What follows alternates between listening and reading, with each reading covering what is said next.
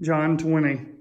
Early on the first day of the week, while it was still dark, Mary Magdalene went to the tomb and saw that the stone had been removed from the entrance.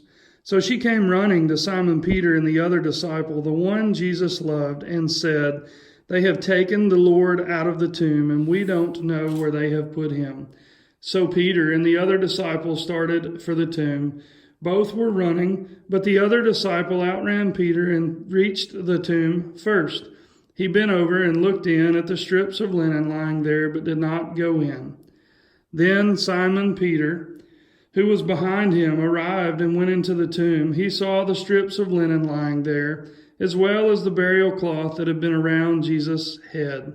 The cloth was folded up by itself, separate from the linen.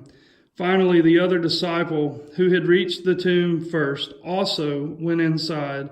He saw and believed. The tomb was empty. Jesus was and is victorious.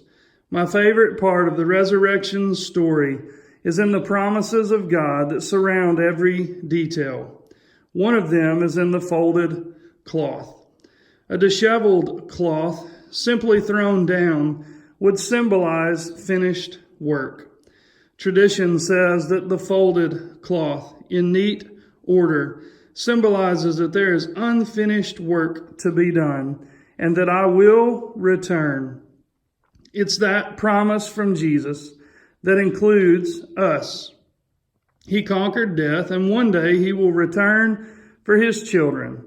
All things will be made right. All will be made possible because of his promised word. Praise God for his love, his mercy, and his resurrection. One day, the celebration of Easter will never end.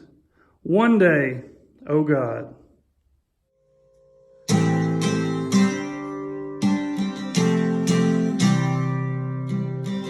One day there'll be no more waiting left for our souls.